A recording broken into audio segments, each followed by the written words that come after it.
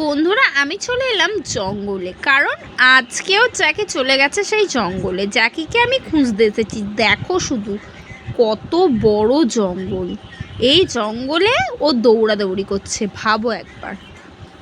কিন্তু জানি না ও আসবে না কি করে ডাকবো, কি জানি ডাকলেও কি আসবে ও, কি জানি। চলো জঙ্গলের ভিতরে ঢোকা যাক। তো এই দেখো আমি আস্তে আস্তে জঙ্গলের ভিতরে ঢুকছি।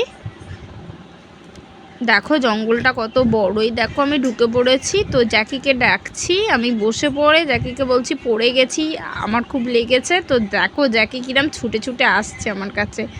তো আমাকে ফেলে দিয়ে চেটে চুটে একবারে এক এককার করে দিল। দেখো এবারেও দাঁড়িয়ে রয়েছে। ও ভেবেছে আমার হয়তো কিছু হয়ে গেছে, ওকে এমনভাবে ডাকলাম আমি, তাই এলো, নাহলে হয়তো আসতোই না। কি যে দুষ্টু হয়েছে না জ্যাকি, কি বলবো, ওকে নিয়ে আর পারা যায় না। দেখো খালি জ্যাকির অবস্থা।